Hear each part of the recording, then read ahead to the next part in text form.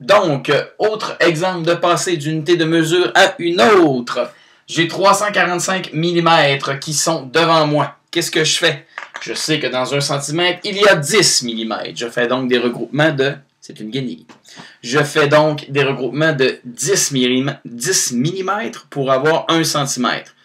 À force de faire des regroupements de 10 mm, 10 mm, 10 mm, 10 mm, je me rends compte qu'il y a 34 cm complets et 5 mm laissés seuls.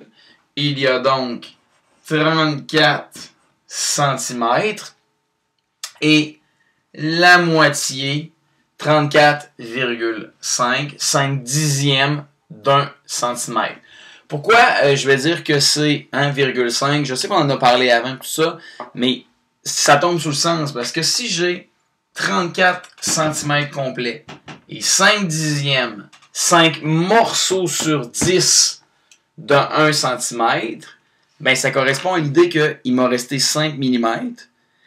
5 mm, c'est la moitié d'un centimètre. Si j'en avais 5 autres qui traînent quelque part sur le sol et que je les mets avec les 5 qui me sont restés, bien là, à ce moment-là, 34 cm complets et 5 dixièmes d'un centimètre, je ramasse 5 autres millimètres qui traînent par terre, 5 autres millimètres qui traînent par terre.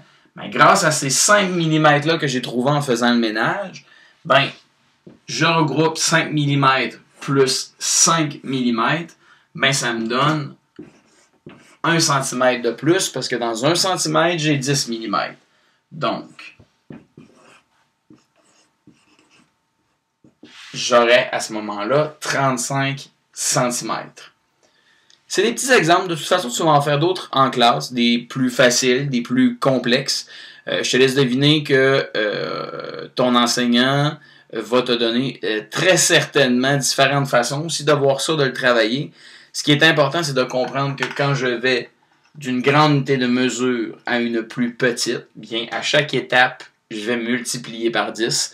Alors que quand je vais d'une petite unité de mesure à une plus grande, à chaque étape, je vais divisé par 10 parce qu'on travaille toujours en base 10. Et tout au long des capsules, je vais encore te parler de 10.